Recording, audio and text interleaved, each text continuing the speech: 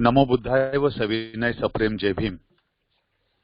बुद्धविहार समन्वय समितीच्या वतीने राबविण्यात येत असलेल्या ऑनलाईन वर्षावास व्याख्यानमालेत आपणा सर्वांचे सहर्ष हार्दिक स्वागत.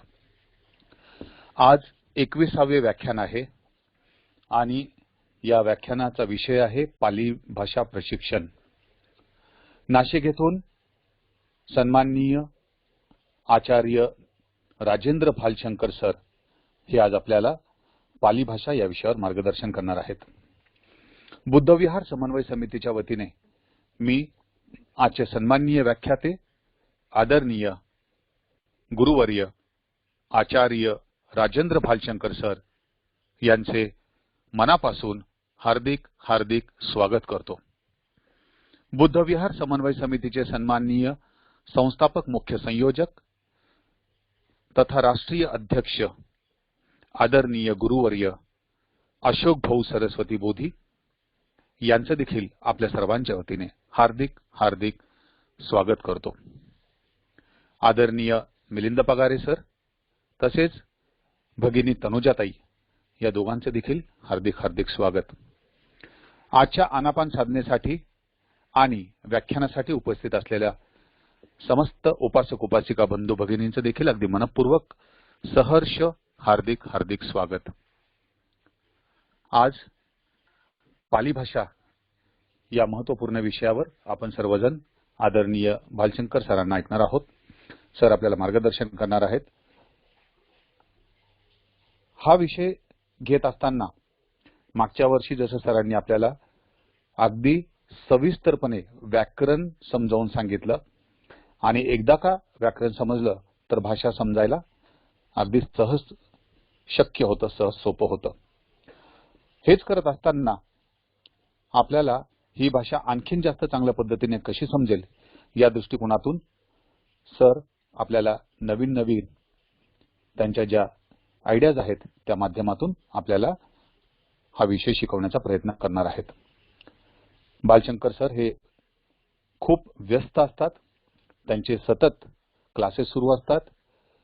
यशवंतराव चव्हाण महाराष्ट्र मुक्त विद्यापीठ तसेच मुंबई विद्यापीठ या दोन्हीही विद्यापीठांमधून सर पाली भाषा शिकवत असतात आणि त्यामुळे 7ही दिवस आठवड्याचे ते खूप बिझी असतात, व्यस्त असतात. अशाही परिस्थितीत बुद्धविहार समन्वय समितीला ते वेळात वेळ काढून उपस्थित राहतात आणि या ऑनलाईन व्याख्यानमालेच्या माध्यमातून आपणा सर्वांस पाली भाषेवर मार्गदर्शन करीत आहेत.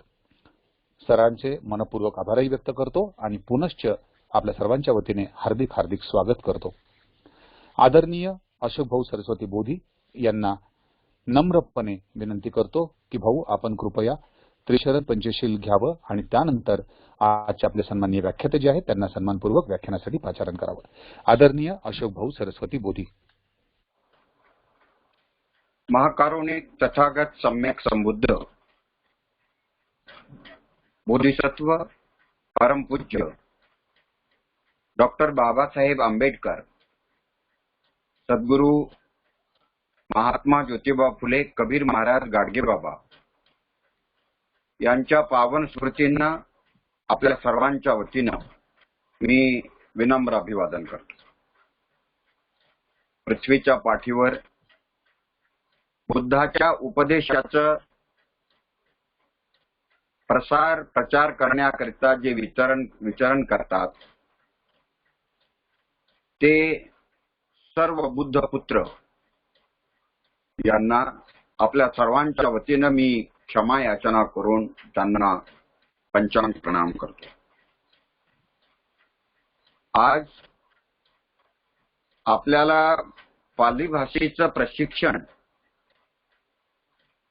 जे देणार आहेत ते आचार्य राजेंद्रजी भालशंकर यांना मैत्रीपूर्ण जय भीम करतो. या व्याख्यानमालेला श्रोते म्हणून जे उपस्थित आहेत, जे ज्येष्ठ आणि श्रेष्ठ आहेत त्यांना जय भीम करून वंदन करतो. माझ्या बरोबरीचे आणि माझ्यापेक्षा जे लहान आहेत त्यांना मैत्रीपूर्ण जय भीम करतो. आदरणीय धम्मधर प्राध्यापक उमेशजी पाठारे आणि मिलिंदजी पगारे यांचं मनापासून स्वागत करून अभिनंदन करून सर्वांच्या वतीनं त्यांना मैत्रीपूर्ण जय भीम करतो. आपण जिथे असाल तिथे जसे असाल तसे दोन्ही हात जोडावे आणि त्रिशरण पंचशील ग्रहण करावे. अरहं सम्मा संबुद्धो भगवा बुद्धं भगवन्तं अभिवादेमि. स्वाक्षातो भगवता धम्मो धम्मं नमामि. सुपटिपन्नो भगवतो सावकसंघो संघं नमामि. नमो तस्स भगवतो अरहतो सम्मा संबुद्धस्स. नमो तस्स भगवतो अरहतो सम्मा संबुद्धस्स. नमो तस्स भगवतो अरहतो सम्मा संबुद्धस्स. बुद्धं शरणं गच्छामि. धम्मं शरणं गच्छामि. संघं शरणं गच्छामि. द्वितीयंपि बुद्धं शरणं गच्छामि. द्वितीयंपि धम्मं शरणं गच्छामि. द्वितीयंपि संघं शरणं गच्छामि. तृतीयंपि बुद्धं शरणं गच्छामि. तृतीयंपि धम्मं शरणं गच्छामि. तृतीयंपि संघं शरणं गच्छामि. पाणातिपाता वेरमणि सिक्खापदं समादियामि. अदिन्नादाना वेरमणि सिक्खापदं समादियामि. कामेषु मिच्छाचारा वेरमणि सिक्खापदं समादियामि. मूसावादा वेरमणि सिक्खापदं समादियामि. शूरामेरय मज्जपमादर्थाना वेरमणि सिक्खापदं समादियामि. साधु साधु साधु. इमाय धम्मानुधम्म पटिपट्टिया बुद्धं पूजेमि. इमाय धम्मानुधम्म पटिपट्टिया धम्मं पूजेमि. इमाय धम्मानुधम्म पटिपट्टिया संघं पूजेमि.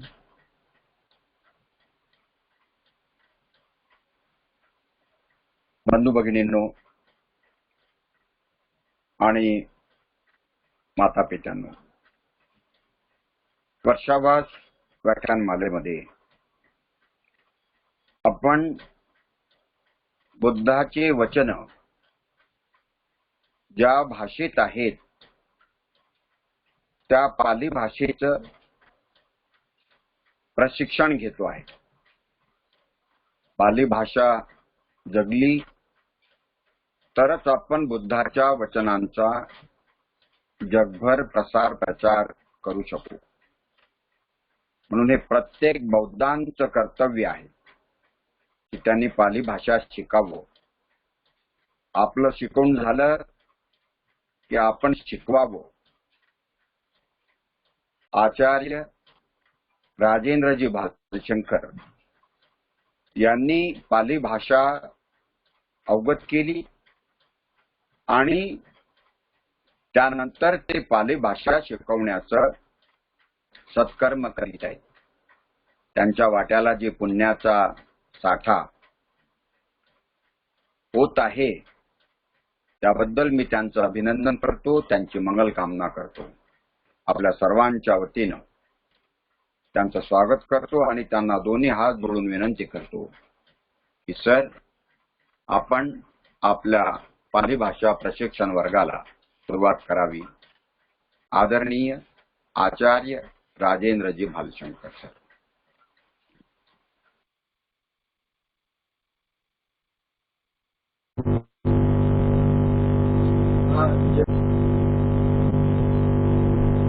हॅलो हॅलो, हा माझा आवाज येतोय? हा सर, आवाज येतोय, परंतु मागच्या वेळेस सारखं तुम्ही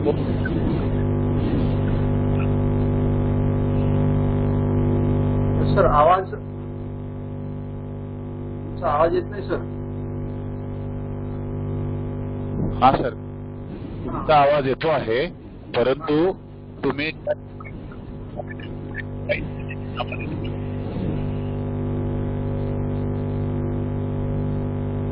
तुमचा आवाज कमी असतो. काय प्रॉब्लेम आहे?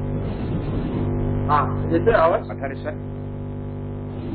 हा भाऊ, भालशंकर सरांचा आवाज येतो. पठारे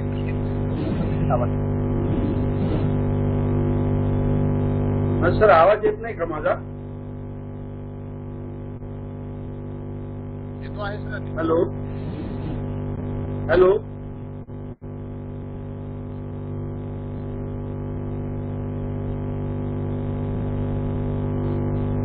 हॅलो. हा सर. हा माझा आवाज येतो ना क्लिअर? सर तुमचा आवाज येतो आहे. हा आवाज येतोय तुमच्याबरोबर, त्या डिव्हाइसचा देखील आवाज येतोय. आवाज म्हणजे ऐकायला थोडा काही म्हणजे त्रास होतो का काही? बॅकग्राऊंडला डिव्हाइसचा आवाज येतोय. हो का?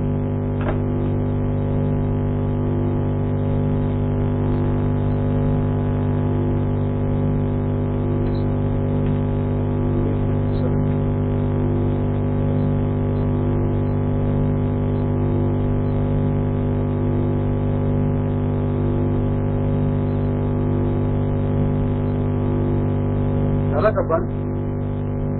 नाही सर.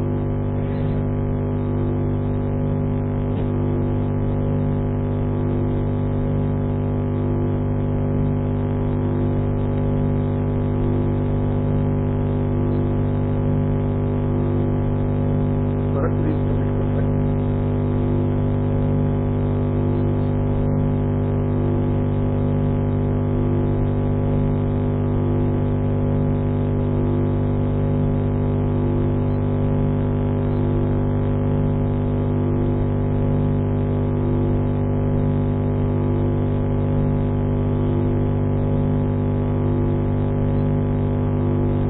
हॅलो. हा सर. परत रिकनेक्ट होतात. तुम्ही लॅपटॉप कनेक्ट झाले आहात का? मला लॅपटॉपला कनेक्ट झालेला आहे. हा सर, त्याचा आवाज येतोय. तुम्ही मोबाईलला कनेक्ट मोबाईलला कनेक्ट करू. कारण याचा हा आवाज जो येतो ना सर तो तुम्ही जे आवाज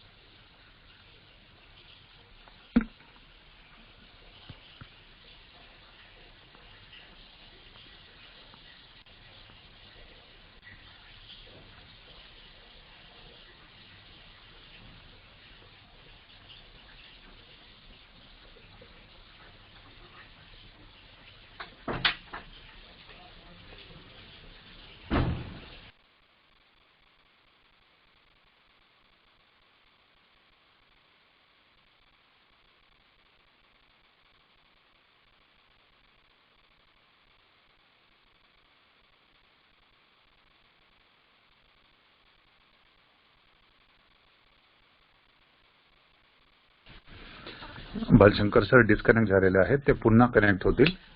प्लीज होल्ड ऑन.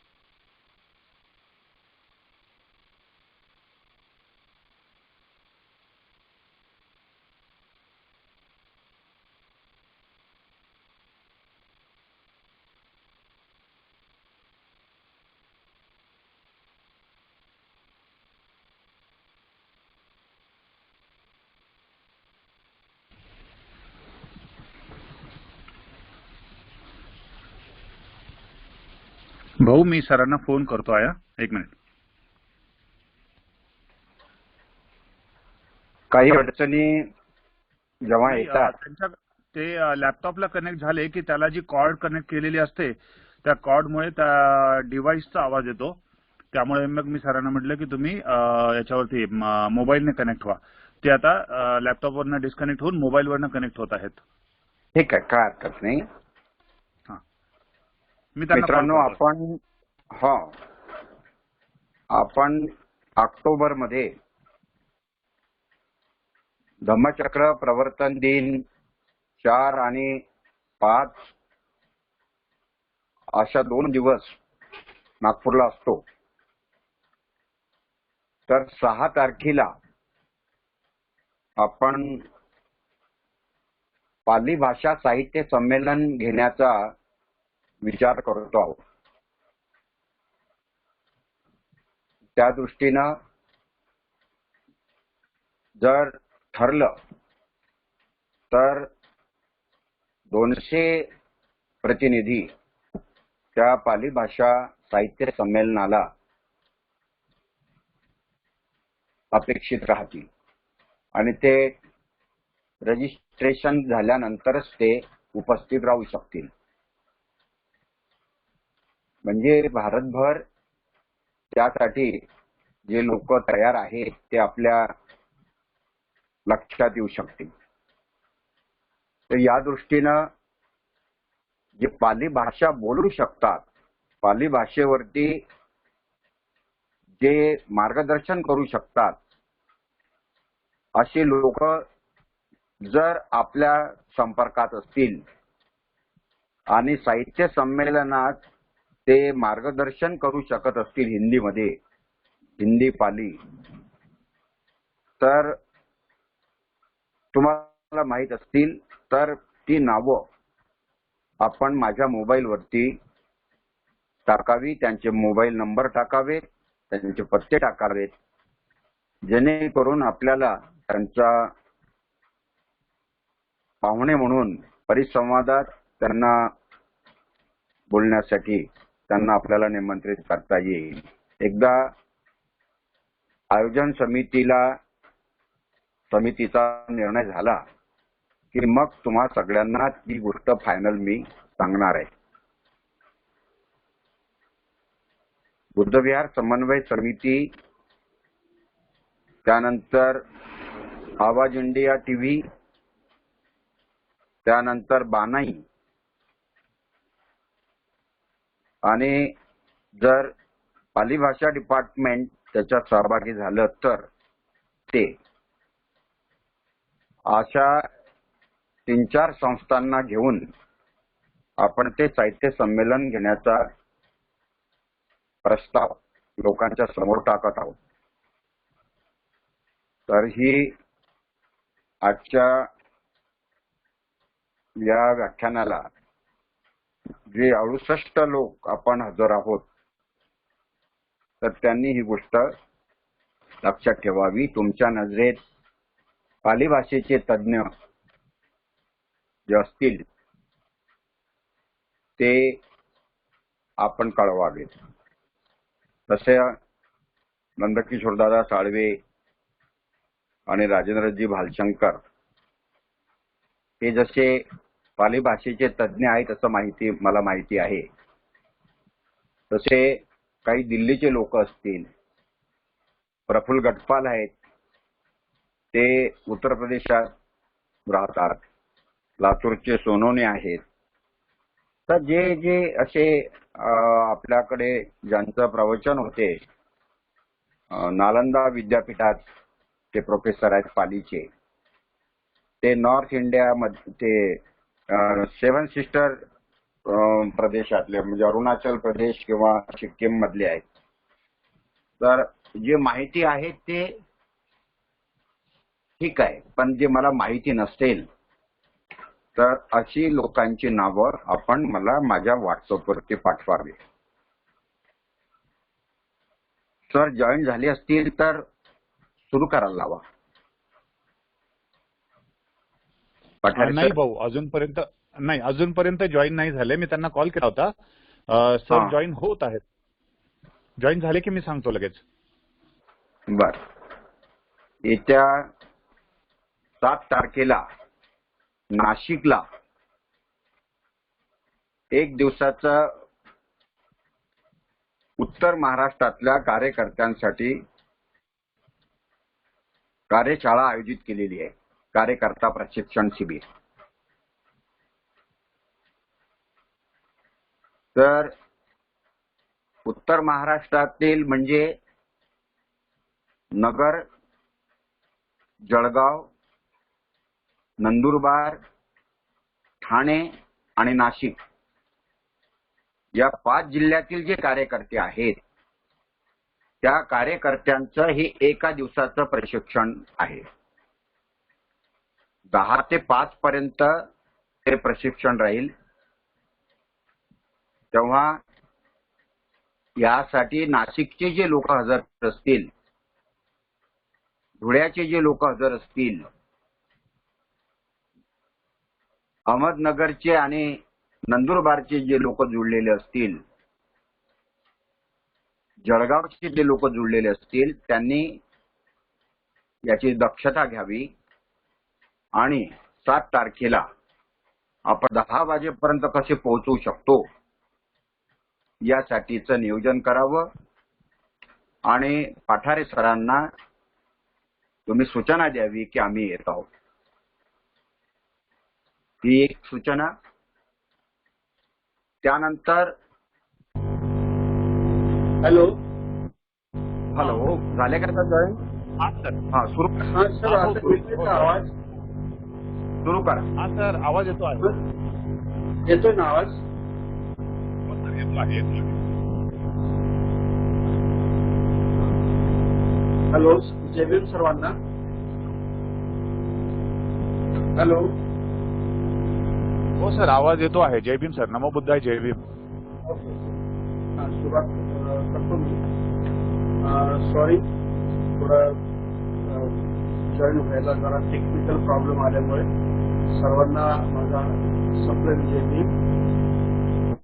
आजच्या या पाली भाषा प्रशिक्षण वर्गामध्ये सर्वांचं स्वागत.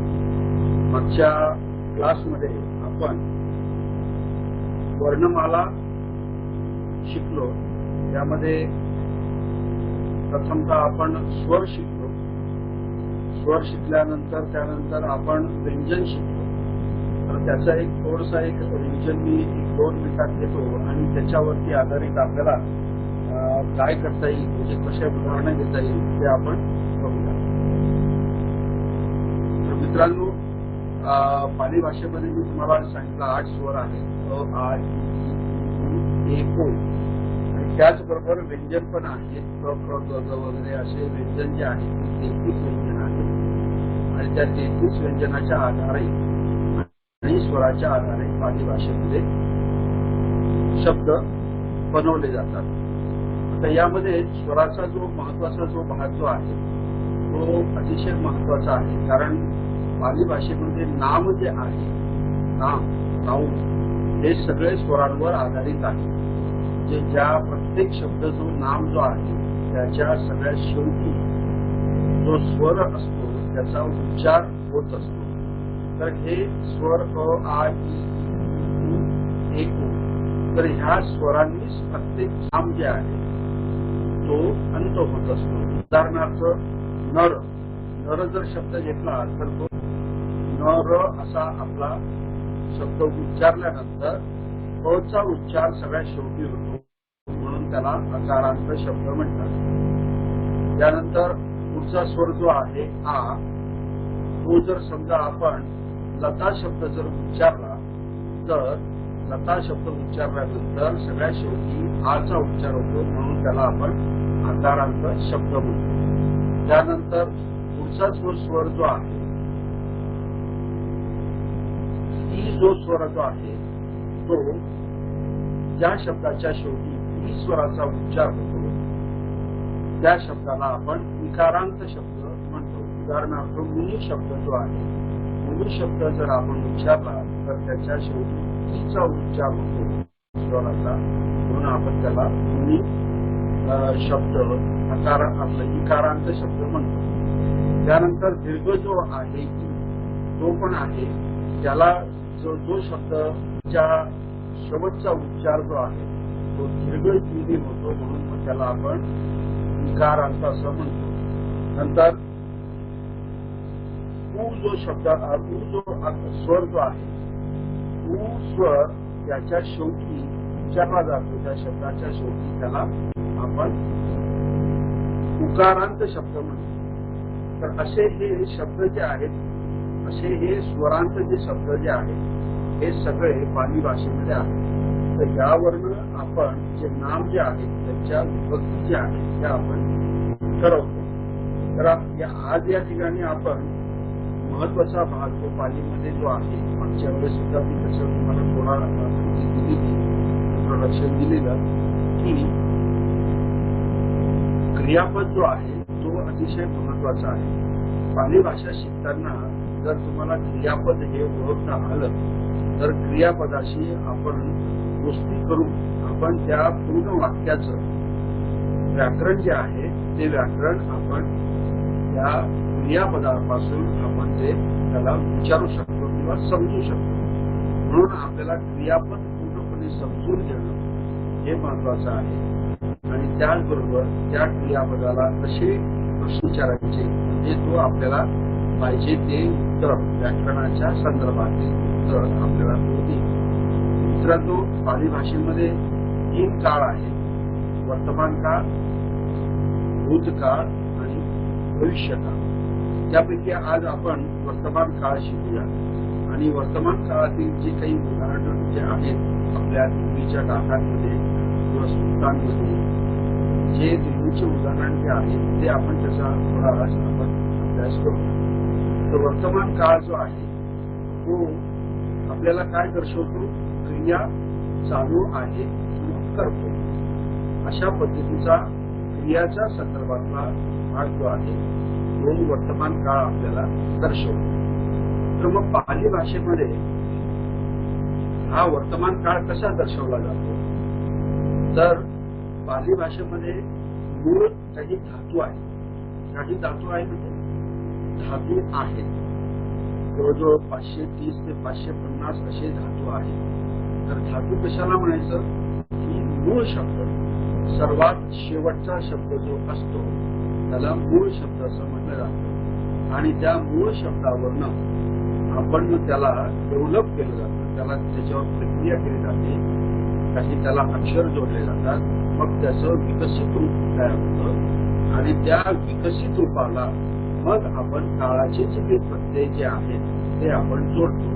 त्यावेळेस कुठे क्रियापद तयार होत असतं. असा हा पाली भाषेमध्ये वैशिष्ट्य आहे. पद्धत आहे. काय सांगितलं, मूळ शब्द त्या मूळ शब्दाला अक्षर जोडायचं, त्याला उतरवून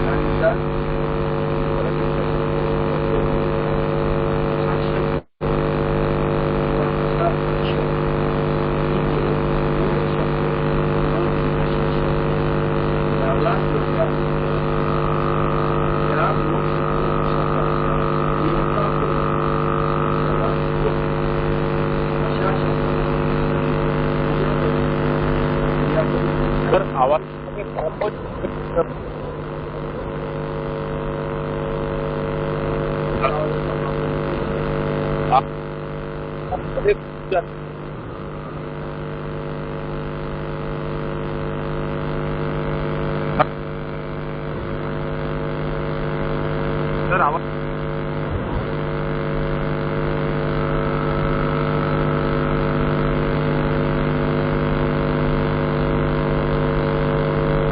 हॅलो बालशंकर सर, तुमचा आवाज अजिबात येत नाही आणि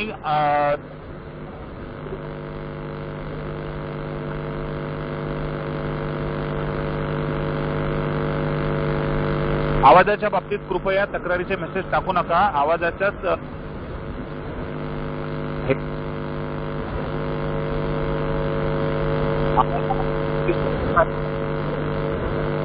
सर तुम्ही दुसरे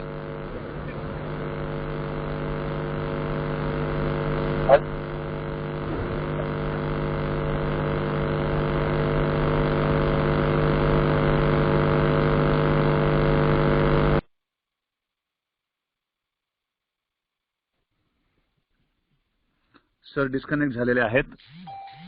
आवाजामध्ये खूपच जास्त प्रॉब्लेम आहे. ज्या डिव्हाइसवरनं ते कनेक्ट झालेले आहेत त्या डिव्हाइसचा इश्यू आहे. प्लीज होल्ड करा थोडा वेळ. सर मोबाईल वरनं जर कनेक्ट झाले तर असा प्रॉब्लेम राहणार नाही. 1-2 मिनिटं प्लीज होल्ड करा. सर दुसऱ्या डिव्हाइसवरनं कनेक्ट होतील त्यावेळेस आवाज क्लिअर येईल.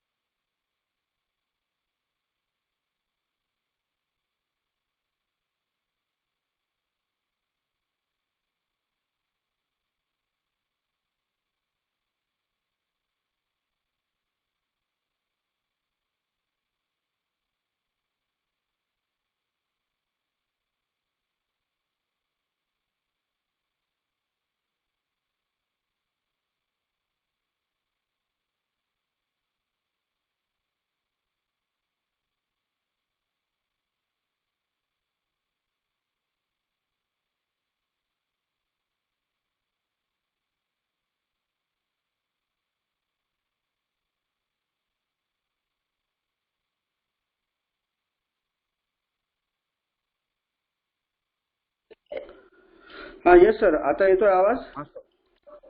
हा आता क्लिअर येत असेल ना? हो सर, आता व्यवस्थित येतोय आवाज. Please continue. Yes sir. हा सॉरी, परत again. No problem sir, please continue. परत नवीनच सुरू करू का? लोकांना बरंच ऐकू नाही आलेलं. हो, ऐकायला क्लिअर येत नव्हतं सर. थोडंसं जरा रिपीट केलं तर बरं होईल. Thank you sir. Okay okay okay sir.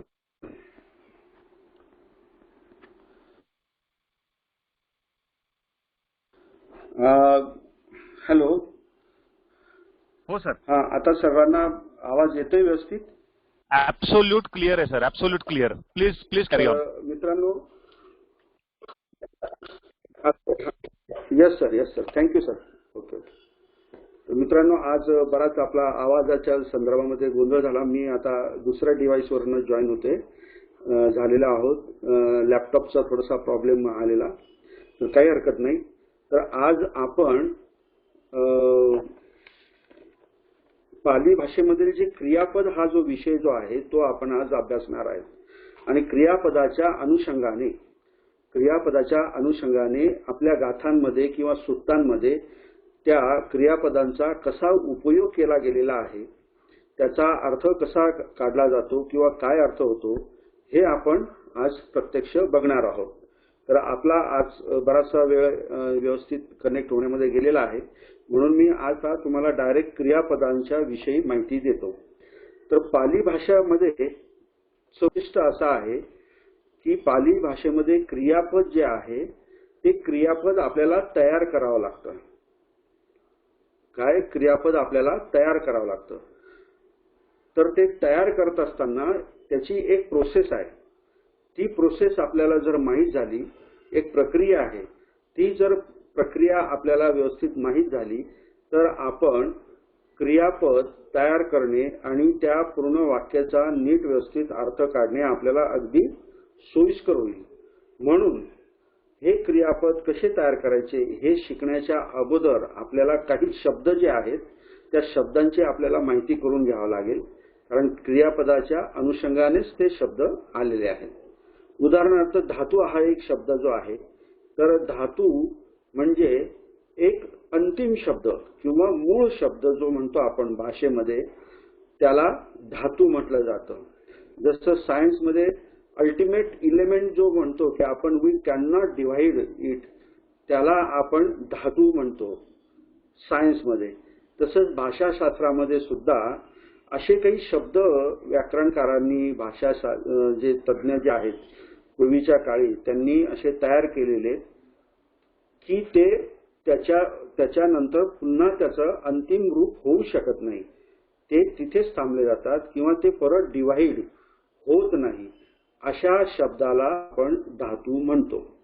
आता उदाहरणार्थ मी तुम्हाला एक शब्द देतो. पाली भाषेमध्ये सु नावाचा एक धातू आहे. म्हणजेच काय? एक शब्द आहे सु, त्याचा अर्थ होतो ऐकणे. पाली भाषेमध्ये सु नावाचा एक धातू आहे, त्याचा अर्थ होतो ऐकणे. आता नुसता हा जर सु जर वाक्यामध्ये जर टाकला तर त्याचा तुम्हाला काही अर्थबोध होणार आहे का? नाही अर्थबोध होणार, कारण त्याला आपण कुठल्याही प्रकारचा प्रत्यय जोडलेला नाही किंवा त्याच्यावर आपण कोणती प्रक्रिया केलेली नाही किंवा काळातही त्याला आपण प्रत्यय लावलेला नाही. तर मग काय करायचं? तर हा जो धातू ज्या गणामध्ये आहे, म्हणजे असे पालीमध्ये जे धातू जे आहेत हे 9 गणामध्ये डिव्हाइड केले गेलेले आहेत, म्हणजे त्यांचं विभाजन केलेलं आहे. आणि प्रत्येक गणामध्ये त्या धातूच्या अनुषंगाने एक विकरण जे आहे, विकरण म्हणजे एक अक्षर विकरण, ते त्याला जोडलेलं असतं किंवा ते जोडायचं असतं. आता हा सु जो आहे हा स्यादी गणामध्ये आहे. मी तुम्हाला एक जस्ट उदाहरण देतो आहे. हे स्यादी गणामध्ये आहे सु, त्याचा अर्थ होतो ऐकणे. आता स्यादी गणामध्ये विकरण जे दिलेला आहे तो आहे ना, बाणाचा ना. तर तो ना जर तुम्ही आपल्या ह्या सूला जर जोडला तर शब्द काय तयार होईल? सुना. सुना हे जे आहे हे त्या धातूचं काय आहे? विकसित रूप आहे. मूळ रूप काय आहे सु आणि विकसित रूप काय आहे सुना. आता हे जे विकसित रूप तयार झालेलं आहे याला मग नंतर आपण काळाप्रमाणे त्याचे प्रत्यय जोडायचे असतात. आता प्रत्यय म्हणजे काय हे मी तुम्हाला आधीच सांगितलं. प्रत्यय म्हणजे असा शब्द किंवा अक्षर की जो मूळ शब्दाला किंवा विकसित शब्दाला जोडल्यानंतर त्या मूळ शब्दाला किंवा त्या विकसित शब्दाला अर्थ प्राप्त होतो. तर सुना असं म्हटल्यानंतर एखाद्या वाक्यामध्ये अहं सुना असं म्हटल्यानंतरच आपल्याला काही अर्थबोध होणार नाही, क्रियेचा आपल्याला अर्थबोध होत नाही. मग आपण जर वर्तमान काळातील जर प्रत्यय जर ह्या सुनाला जोडले तर त्याचं काय वर्तमान काळातील क्रियापद तयार होईल. उदाहरणार्थ बघा, आता मी वर्तमान काळातील जे काही प्रत्यय आहेत ते तुम्हाला सांगत आहे, तर ते प्रत्यय तुम्ही लिहून घ्या किंवा लक्षात घ्या. तसं मी तुम्हाला मागच्या वेळेस पण सांगितलेलं आहे, परंतु आज आपण क्रियापद कसे तयार करायचे ते तुम्हाला सांगत आहे. तर प्रथम पुरुष, मध्यम पुरुष आणि उत्तम पुरुष असे 3 पुरुष पाली भाषेमध्ये आहे. जसं की इंग्रजी व्याकरणामध्ये थर्ड पर्सन, मिडल पर्सन आणि त्यानंतर कोणचा पर्सन येतो, थर्ड पर्सन, मिडल पर्सन आहे. हॅलो,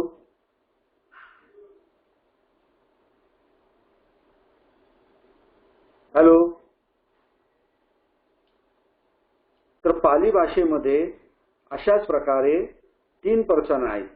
थर्ड पर्सनला आपण काय म्हणतो, थर्ड पर्सनला आपण प्रथम पुरुष म्हणतो, प्रथम पुरुष. आणि मधला पुरुष जो आहे म्हणजे त्याला मिडल म्हणतो आपण, त्याला आपण मध्यम पुरुष म्हणतो.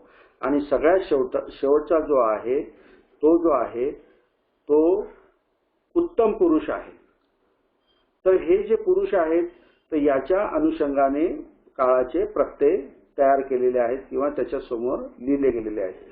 तर प्रथम पुरुष म्हणजेच थर्ड पर्सन, त्याच्या पुढे एक वचनामध्ये ती आणि अनेक वचनामध्ये अंती हे 2 प्रत्यय येतात. मध्यम पुरुषामध्ये सी आणि थ हे प्रत्यय येतात आणि उत्तम पुरुषामध्ये जो प्रत्यय जे आहेत ते आहेत मी आणि म. आता हे जे प्रत्यय जे आहेत या सुनाला जर मी लावले किंवा जोडले तर त्या सुनाचा कसा अर्थ बदलतो बघा. आता मी जर सुनाला ती जर प्रत्यय लावला तर तो क्रियापद काय होईल, सुनाती. बरोबर, सुनाती. आता हा प्रथम पुरुष मध्ये झाला आणि याला जर मी अंती जर लावला अनेक वचनाचा तर त्याचा अर्थ काय होईल, सुनंती. आता सुनाती आणि सुनंती याचा अर्थ काय झाला, तो ऐकतो किंवा ते ऐकतात. तर यामध्ये मी तो जो म्हटलेला आहे तो काय आहे, कर्ता आहे. त्यालाच पाली भाषेमध्ये काय म्हणतात, सो. म्हणजे सो सुनाती म्हणजे तो ऐकतो. त्याचंच अनेक वचनामध्ये ते सुनंती म्हणजेच काय, ते ऐकतात. बघा, आपण सु धातू पासून आपण क्रियापद तयार केलं आणि क्रियापद तयार केल्यानंतर त्याला आपण कर्ता जोडला तर एक छोटंसं पालीचं वाक्य तयार झालं बघा. सो सुनाती, सुनाती ते सुनंती. आधीचं वाक्य जे होतं ते एक वचनामधलं होतं, नंतरचं वाक्य जे होतं ते अनेक वचनामधलं होतं. आता अनेक वचनामध्ये आपण सुनाला अंती हा प्रत्यय जोडला म्हणून तो काय झाला, सुनंती झाला. तर अंती जोडल्यानंतर नाचा तो अ झाला. हा नियम अगदी किचकट आहे, म्हणजे बारीक आहे, तो लक्षात नाही ठेवला तरी चालेल. परंतु सुनंती हा क्रियापद तयार झाला. त्यानंतर प्रथम पुरुष हे तुम्हाला मी सांगितलं की जो व्यक्ती आपल्या समोर नाही, तो दिसत नाही, तो अप्रत्यक्ष आहे, त्याला आपण प्रथम पुरुष म्हणतो. आता सो सुनाती असं मी म्हटलं तर आपल्या समोर कोणी नाहीये, पण आपण कोणत्या तरी एका व्यक्तीबद्दल सांगतो आहोत की तो ऐकतो. तो तुमच्या समोर नाहीये, प्रत्यक्ष दिसत नाहीये, फक्त तो काय म्हणतो आपण, तो ऐकतो आणि अनेक वचनामध्ये ते ऐकतात. बरोबर. नंतर मध्यम पुरुषामध्ये जर समजा आलो आपण मिडल पर्सन मध्ये, तर व्यक्ती आपल्या समोर बसलेला असतो आणि आपण त्याला सांगत असतो, तो आपल्याला दिसतो, आपण त्याला बघत असतो, टच सुद्धा करत असतो. तर अशा वेळेस आपण शब्द जे वाक्य तयार करू त्यावेळेस कर्ता म्हणून काय वापरला जाईल, त्वंग वापरला जाईल, म्हणजे तू. त्वंग म्हणजे तू. आता हा त्वंग जर वापरला आपण आणि सुनाला आपण जर मध्यम पुरुषातला सी हा प्रत्यय जर जोडला तर वाक्य काय तयार होईल, त्वंग सुनासी, म्हणजे तू ऐकतोस. तू ऐकतोस. त्यानंतर अनेक वचनामध्ये जर हे वाक्य आपल्याला करायचं असेल तर कर्ता सुद्धा आपल्याला अनेक वचनामध्ये टाकावं लागेल. तर कर्ता अनेक वचनामध्ये जर घेतला तर तो काय होईल, तुम्हे. तुम्हे सुनाथ. आता हा थ जो आहे हा प्रत्यय आहे, तो जोडल्यामुळे त्या सुनाला अर्थ प्राप्त झाला, म्हणून सुनाथ म्हणजे तुम्ही ऐकतात. बघा, क्रियापद तयार केल्यानंतर आणि त्याला कर्ता जोडल्यानंतर कसे छोटे कर्ता आणि क्रियापदाचे वाक्य आपण तयार करत आहोत. आता तिसरा जो भाग जो आहे उत्तम पुरुषाचा, तो आपण नेहमी वापरतो, आपल्या गाथांमध्ये बऱ्याच ठिकाणी तो येत असतो. त्याचे प्रत्यय आहेत मी आणि म, म्हणजे एक वचनामध्ये मी आणि अनेक वचनामध्ये म. आता या ठिकाणी जर समजा सुनाला मी प्रत्यय जर जोडला तर क्रियापद म्हणून काय तयार झालं, सुनामी. आणि अनेक वचनामध्ये म प्रत्यय त्याला जोडला तर ते काय होईल, सुनाम. बरोबर. आता याला जर कर्ता जोडायचा असेल तर कोणता कर्ता जोडावा लागेल, आपलं उत्तम पुरुष मधला. उत्तम पुरुष म्हणजे काय, मी स्वतः बद्दल बोलत आहे असं तो दर्शवतो. उत्तम पुरुष स्वतःबद्दल बोलणे याला उत्तम पुरुष म्हणतात. समोरच्या व्यक्तीबद्दल बोलणे त्याला मध्यम पुरुष म्हणतात. आणि जो तिसरा व्यक्ती आहे की जो आपल्या समोर नाही त्याला प्रथम पुरुष म्हणतात. तर हा जो उत्तम पुरुष जो आहे त्यामधला कर्ता जो आहे त्याला अहंग म्हणतो आपण. अहंग सुनामी म्हणजेच काय, मी ऐकतो. आणि अनेक वचनामध्ये अहंगच्या ऐवजी आपण मयंग हा शब्द वापरतो. तर त्याला जर समजा मयंग सुनाला, आता इथे कर्त्याप्रमाणे म आपल्याला प्रत्यय जोडावा लागेल, म्हणून काय येईल, मयंग सुनाम म्हणजे आम्ही ऐकतो. आता बघा, एक क्रियापद किती 6 याच्यामध्ये मी डिव्हाइड केलं आणि त्या क्रियापदाला काय काय जोडलं, ती आणि अंती. सुरुवातीला प्रथम पुरुष मध्ये हे 2 प्रत्यय जोडले, एक वचन आणि अनेक वचनात, ती अंती. नंतर मध्यम पुरुष मध्ये सी थ हे जोडलेत, प्रत्यय जोडलेत, सी आणि थ. आणि कर्ता आपण घेतला त्वंग आणि तुम्हे. प्रथम पुरुष मध्ये कर्ता आपण सो आणि ते. आणि त्यानंतर आपलं उत्तम पुरुष मध्ये आपण कर्ता घेतला अहंग आणि मयंग. आणि सुनाला कोणते प्रत्यय लावले, मी आणि म, म्हणून ते आता असे वाक्य तयार झाले. बघा, सो सुनाती जे तो ऐकतो, ते सुनंती म्हणजे काय, ते ऐकतात. त्वंग सुनासी म्हणजे तू ऐकतो. नंतर तुम्हे सुनाथ म्हणजे तुम्ही ऐकतात. आणि त्यानंतर सगळ्यात शेवटी जो उत्तम पुरुष जो आहे तो काय, अयंग सुनाम, अहंग सुनाम आणि मयंग, अहंग सुनामी मयंग सुनाम म्हणजे मी ऐकतो, आम्ही ऐकतो. बरोबर. आता हे वर्तमान काळाचे प्रत्यय आहेत. आता याच्यामध्ये तुम्हाला हे ती, अंती, सी, थ, मी, म हे तुम्हाला प्रत्यय पाठच करावं लागतील किंवा लक्षात ठेवावं लागेल. आणि जिथे कुठेही ही जे प्रत्यय जे आहे कुठल्या ज्याही मूळ शब्दाला जोडलेले असेल तर ते वाक्य वर्तमान काळात आहे असं समजायचं. ते वाक्य काय आहे, वर्तमान काळामध्ये आहे. आता वर्तमान काळामध्ये म्हणजे कसं, ऐकतो, बसतो, उठतो, खातो, पितो, अशा संदर्भामध्ये अशा प्रकारे त्याचा अर्थ होतो. आणि त्याचबरोबर त्याला आपल्याला कर्ता जोडायचा असतो. आता इथे बघा, आपण त्रिशरण म्हणतो, पंचशील म्हणतो, तर त्यामध्ये आपण बुद्धं शरणं गच्छामि हा एक शब्द आपण, आपलं हे वाक्य आहे, बुद्धं शरणं गच्छामि. तर यामध्ये बुद्धं शरणं गच्छामि मध्ये कोणत्या शब्दाला मी प्रत्यय जोडला गेलेला आहे? गच्छामि. बरोबर. तुमचे जर वर्तमान काळाचे जर प्रत्यय तुमचे पाठ झाले किंवा माहीत झाले तर तुम्ही लगेच क्रियापद ओळखू शकता की ज्या ठिकाणी त्याचे प्रत्यय जोडलेले आहेत.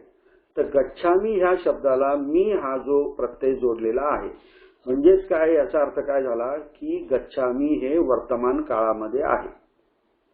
बरोबर. आता गच्छामि मी हा प्रत्यय जोडल्यामुळे वर्तमान काळामध्ये आहे हे आपलं फायनल झालं. मग याचा कर्ता कोण? गच्छामीचा अर्थ काय होतो? जातो.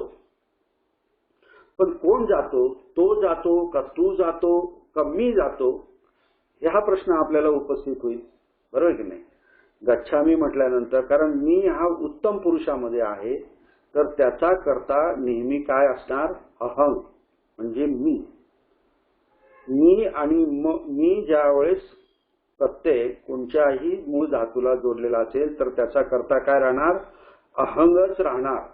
अहं गच्छामि म्हणजे काय? मी जातो.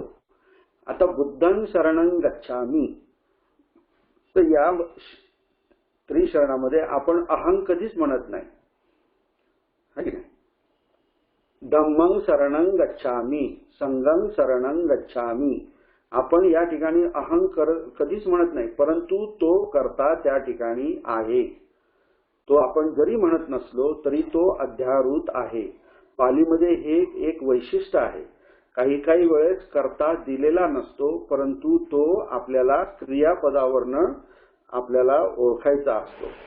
अलग लक्षात. तर इथे मी आहे, गच्छला मी जोडलेला आहे, म्हणून आपला कर्ता अहंग आहे. जर समजा आपण पूर्ण हे तिन्ही वाक्य असे जर म्हटले, अहं बुद्धं शरणं गच्छामि, तर त्याचा अर्थ काय होईल? मी बुद्ध शरणाला जातो. नंतर अहं धम्मं शरणं गच्छामि, मी धम्म शरणाला जातो. नंतर तिसरा जो आहे अहं संघं शरणं गच्छामि, म्हणजेच काय? मी संघ शरणाला जातो. आता याच्यामध्ये क्रियापद मी फक्त तुम्हाला सांगतो आहे. या ठिकाणी जर समजा आता या तिन्ही वाक्याचा अर्थ काय झाला? मी बुद्धं शरणं गच्छामि म्हणजे काय? मी बुद्ध शरणाला जातो किंवा धम्म शरणाला जातो मी, किंवा संघ शरणाला जातो. आता हे स्वतःच्या बद्दल एकच बाब झाली. बरोबर. असं जर समजा आपण ग्रुपनी एकत्र येऊन जर समजा आपल्याला बोलायचं असेल अनेक वचनामध्ये, तर आपण कसं म्हणणार? आम्ही बुद्ध आणि शरणाला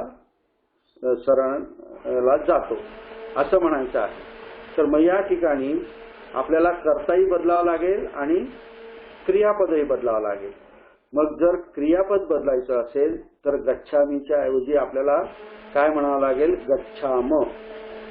आणि कर्ता काय म्हणावं लागेल? मयं. मयं बुद्धं शरणं गच्छाम, म्हणजे याचा अर्थ काय झाला?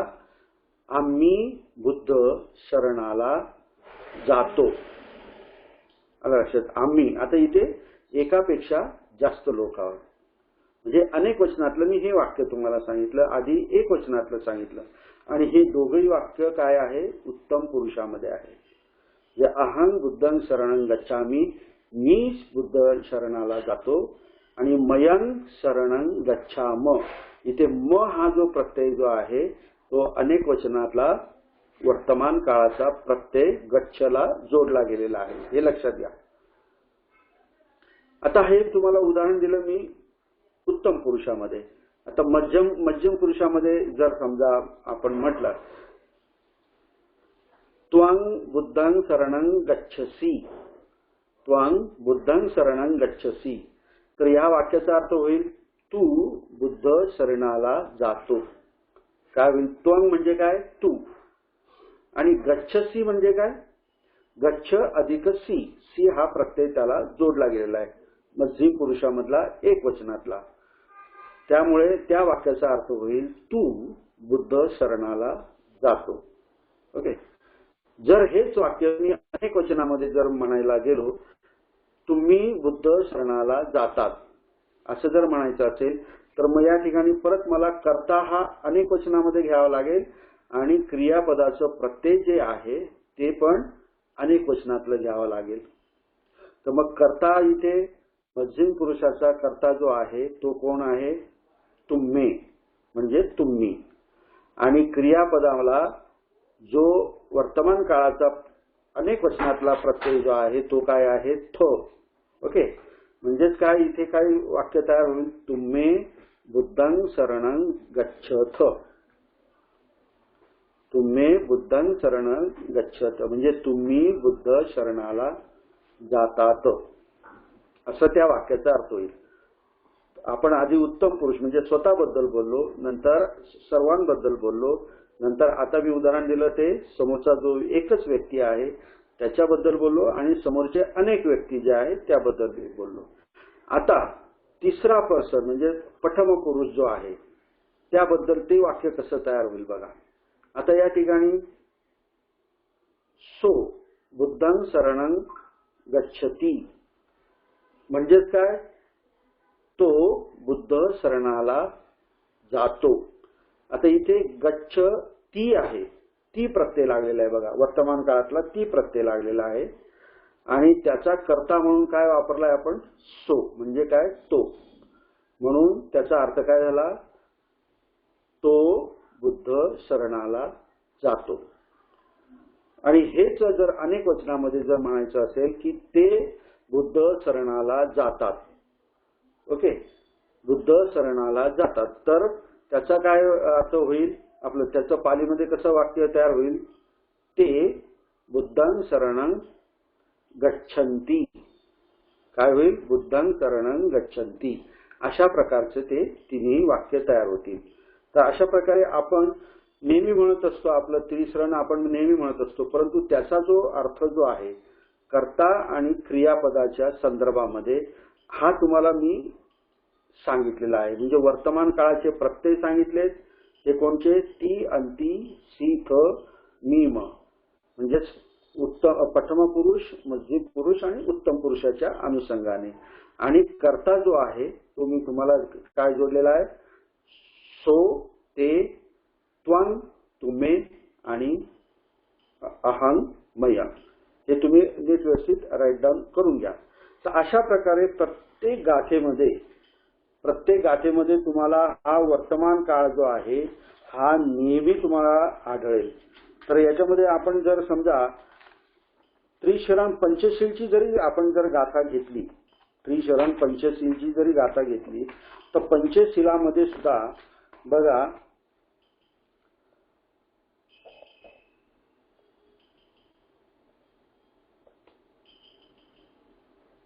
दशशील आणि याच्यामध्ये तुम्हाला असेच उदाहरणं येईल बघा.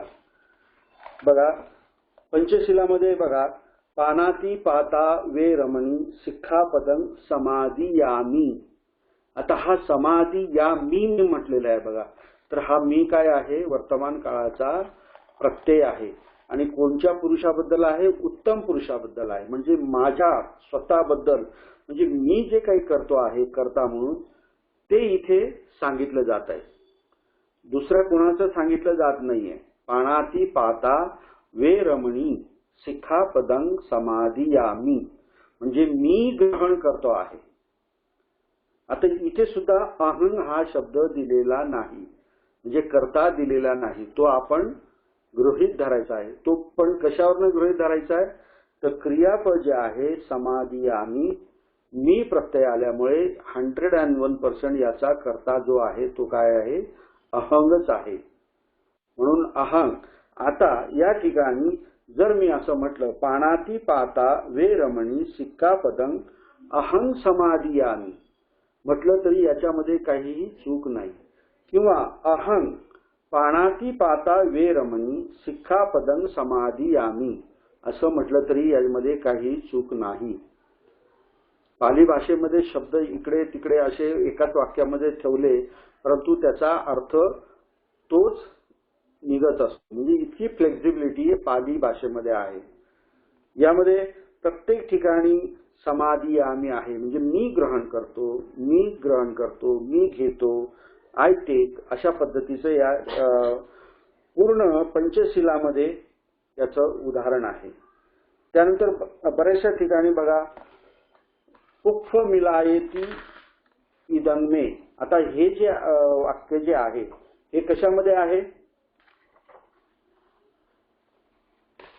पुफ्फं मिलायती यथा इदं. तर हे कोणत्या गाथेमध्ये आहे? हे बुद्ध पूजामध्ये आहे. बरोबर, तुम्ही नेहमी म्हणतात. ओके, या ठिकाणी आता मिलायती हा शब्द आहे. मिलायती म्हणजे काय? कोमजणे. आता इथे ती जो प्रत्यय जो आलेला आहे मिलाय, मिलाय हा जो प्रत्यय जो आलेला आहे तो काय आहे? वर्तमान काळातील प्रत्यय आहे आणि तो कोणत्या पुरुषामध्ये आहे? प्रथम पुरुषामध्ये आहे. म्हणजेच काय? थर्ड पर्सन मध्ये आहे. आता थर्ड पर्सन मध्ये पुफ्फ जो आहे तो कर्ता म्हणून दाखवलेला आहे. आता मिलायती म्हणजे काय? कोमजणे. मग कोण मिलायती? तर तिथे दिलेलं आहे बघा, पुष्पं मिलायती म्हणजेच काय? पुष्प कोमजते असा त्याचा अर्थ आहे. पुष्प कोमजते ती प्रत्यय आहे बघा. आणि याच ठिकाणी जर समजा इथे एकच फुलाची माहिती दिलेली आहे म्हणजे या ठिकाणी जर मला अनेक वचनामध्ये जर बोलायचं असेल, अनेक फुलांच्या बाबतीत सांगायचं असेल तर मी काय म्हणणार? पुफ्फानी मिलायंती. काय म्हणणार? पुफ्फानी मिलायंती. पुफ्फचं अनेक वचनामध्ये पुफ्फानी होतं. म्हणजे अनेक पुष्प काय होतात? कोमजतात. असे हे सगळे जे वर्तमान काळाचे जे अनेक शब्द जे आहेत आपल्या गाथांमध्ये आहे परंतु आपल्याला त्याचा जे काही व्याकरण जे आहे ते माहीत नसल्यामुळे आपण त्याचा योग्य अर्थ काढू शकत नाही. तर व्याकरण शिकणं किती महत्वाचं आहे आणि किती त्याला आपण वेटेज दिलं पाहिजे हे आता आपण स्वतः ठरवायचं आहे. तसं बुद्ध पूजेमध्ये बघा आणखी एक शब्द आहे पूजयामी. पूजयामी म्हणजेच काय? त्याचा अर्थ काय होईल? पूजयामीचा अर्थ काय होईल? कोणी बोलू शकतं का? म्हणजे तुम्ही जर बोललात तर मलाही जरा इंटरॅक्शन झालं तर बरं राहील. म्हणजे तुम्हाला कळतंय की नाही ते तरी समजेल मला. सर आपण असे ते होस्ट म्हणून जी ऍडजस्टमेंट केलेली आहे ना तर त्यामध्ये कुणाला बोलता नाही येणार सर.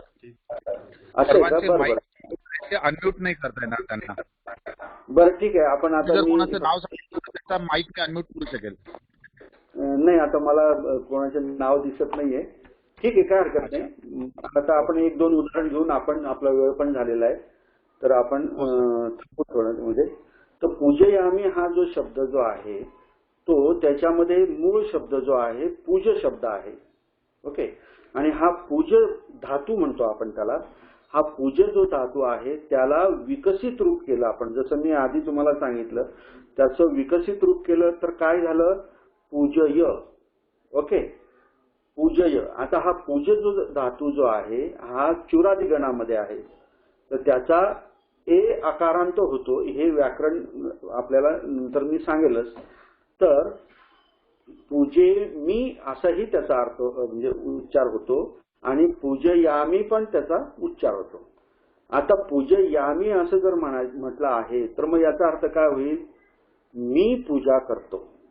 आता इथे मी साठी कुठलाही शब्द दिलेला नाही परंतु तो आपण समजून घ्यायचा असतो. कारण का? कशावरनं समजायचा असतो की इथे मी प्रत्यय दिलेला आहे वर्तमान काळातील उत्तम पुरुषातील.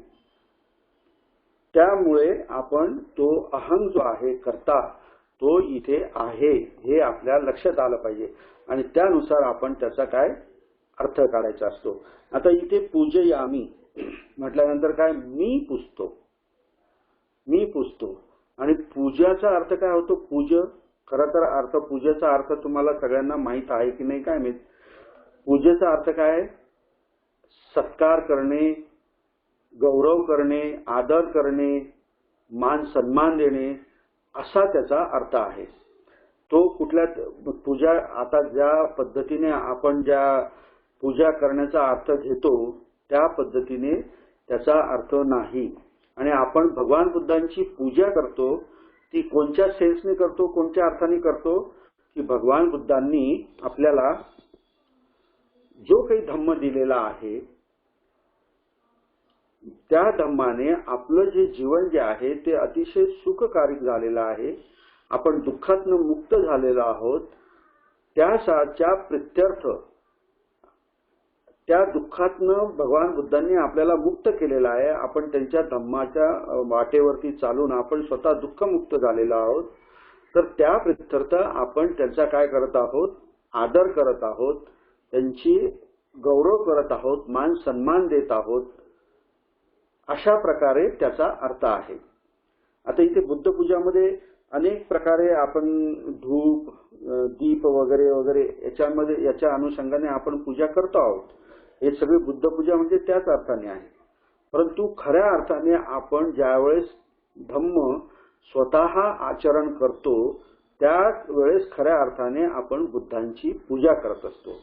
आणि इथे दीप, धूप आहे, पुष्प आहे, याच्याने आपण जी काही पूजा करतो ते काय आहे? प्रतिमात्मक आहे, प्रतिकात्मक आहे. तर असंही केल्याने आपल्या मनामध्ये श्रद्धा वाढते, नो डाऊट. परंतु प्रत्यक्ष आचरण केल्याने आपण निब्बाणाकडे जातो. हे या ठिकाणी मला सांगायचं आहे. तर मित्रांनो, आज आपल्याला बराचसा वेळ आपला जॉईन करण्यामध्ये व्यस्त गेला, वाया गेला म्हटलं तरी चालेल. तर मी आज तुम्हाला जे काही वर्तमान काळाचे प्रत्यय सांगितले आहेत ती, अंती, सी, थ आणि मीम, ज्या ज्या गाथेमध्ये ज्या ज्या ठिकाणी तुम्हाला आढळतील, ज्या शब्दाला ते जोडलेले असतील ते सगळे क्रियापद आहे. आणि त्याच्या अनुषंगाने जे कर्ता जे आहे ते त्याला जोडा आणि त्याचे अर्थ तुम्ही समजून घ्या. पुढच्या नेक्स्ट क्लासमध्ये आपण भविष्यकाळ आणि भूतकाळ याच्या आपण उदाहरणं घेऊया. तर मला असं वाटतं की वेळ इथे झालेला आहे, इथे आपण थांबलं पाहिजे. तर धन्यवाद सर. Yes sir. हा, तर पुढे तुम्ही सूत्र हातात घ्या. Thank you sir. Thank you sir. आदरणीय आचार्य राजेंद्रजी भालशंकर सरांचे आपण आपल्या सर्वांच्या वतीने अगदी मनपूर्वक धन्यवाद व्यक्त करूया. सरांनी अतिशय साध्या, सोप्या, सरळ, सुटसुटीत भाषेमध्ये आपल्या प्रत्येकाला अगदी सहज समजेल अशा पद्धतीने पाली भाषेचं जे व्याकरण आहे हे व्याकरण अतिशय चांगल्या पद्धतीने समजून सांगण्याचा जो प्रयत्न केलेला आहे. आणि अशाच पद्धतीने जर आपल्याला पाली भाषेचं प्रशिक्षण मिळत गेलं तर आपण सर्वच जण पाली भाषा शिकण्यामध्ये निश्चितच लवकरात लवकर यशस्वी होऊ असं वाटतं. बुद्धविहार समन्वय समितीने पाली भाषा प्रशिक्षण हा जो उपक्रम सुरू केलेला आहे, या उपक्रमास आदरणीय भालशंकर सर यांच्यामुळे खूप चांगला फायदा होतो आहे. आणि सरांचं जे पाली भाषा शिकवणं आहे त्यामुळे आपल्या सर्वांना खूप चांगला फायदा होतो आहे. सरांचे आपल्या सर्वांच्या वतीने पुनश्च मनपूर्वक खूप खूप धन्यवाद. आदरणीय अशोक भाऊ सरस्वती यांना मी आपल्या सर्वांच्या वतीने नम्रपणे विनंती करतो की भाऊ आपण कृपया मंगलमैत्री घ्यावी.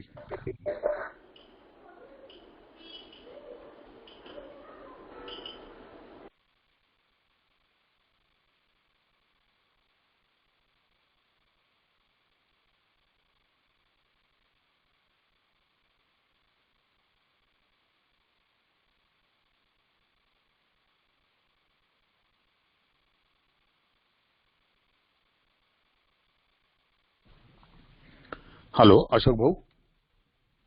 भाऊ आवाज येतोय?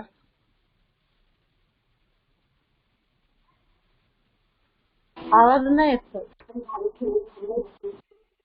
आवाज नाही येत सर. हो अजूनपर्यंत भाऊंना आवाज जात नाही. एक मिनिट थांबा जरा प्लीज. भाऊ, हा भाऊ आवाज येतो आहे?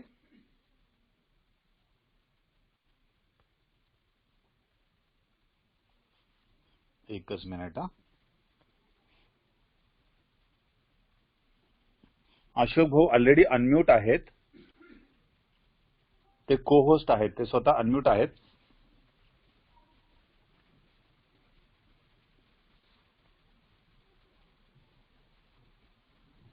हा भाऊ, तुमचा आवाज येत नाहीये.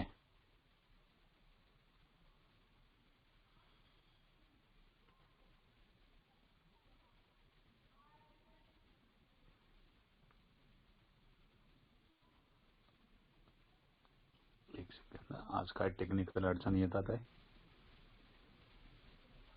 भाऊ, आवाज येतो आहे आता?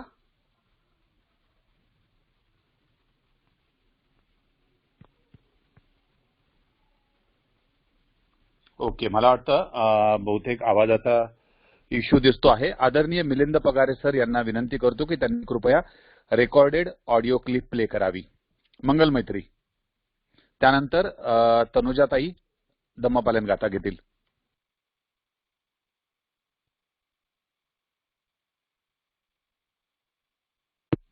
सबका मंगल, सबका मंगल हो,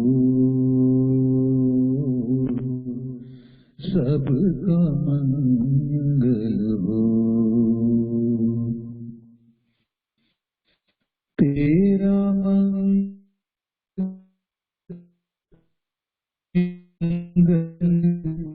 सबका मंगल हो,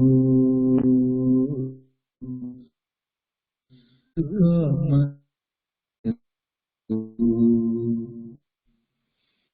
दुष्य और अदुष्य सभी जीवों का मंगल हो रे. जल के थल के और गगन के, जल के थल के और गगन के प्राणी सुखिया हो, सबका मंगल हो. दस दिशाओं के सब प्राणी मंगल लाभी हो रे. निर्भय हो निर्भर बने सब, निर्भय हो निर्भर बने सब, सभी निरामय हो,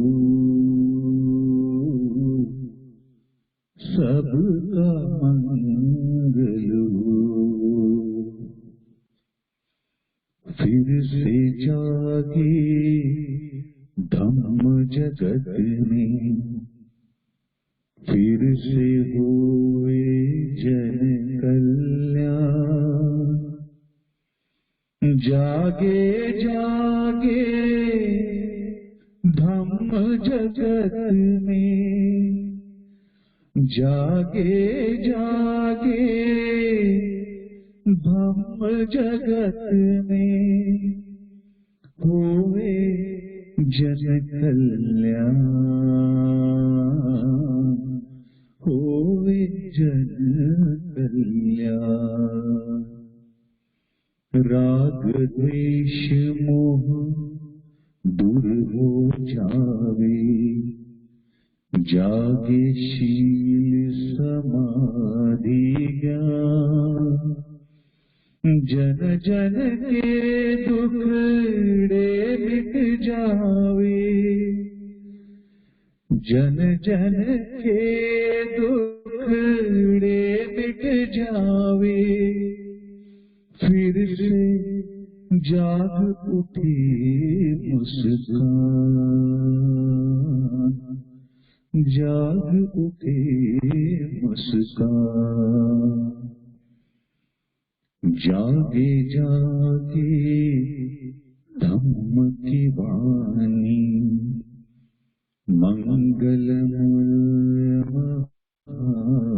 कल्याणी जागे ज्ञानी होवे सुखी सब जग के प्राणी सबका मंगल सबका मंगल हो सबका मंगल हो तेरा मंगल मेरा मंगल तेरा मंगल मेरा मंगल सबका मंगल हो सबका मंगल हो।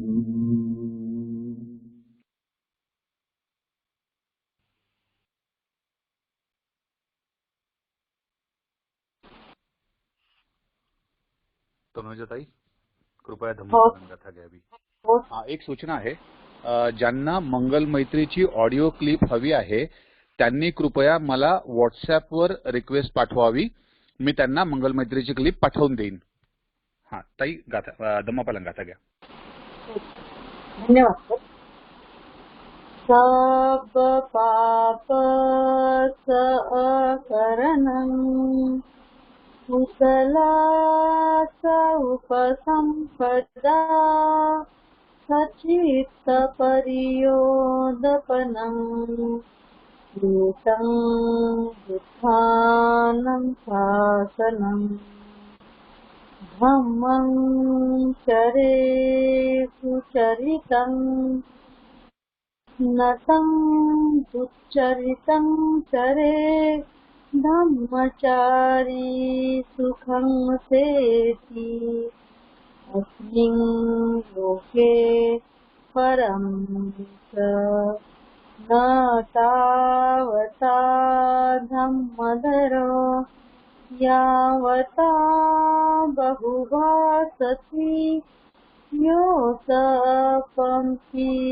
सुत्वानं धम्मं कायेन पश्यति सर्वे धम्मधरो होति यो धम्मं नापमार्जति नास्ति मे शरणं बुद्धो मे शरणं वरं एतेन सत्यवचेन होतु मे जयमङ्गलम् नास्ति मे शरणं धम्मो मे शरणं वरं एतेन सत्यवचेन होतु मे जयमङ्गलम् नास्ति मे शरणं संघो मे शरणं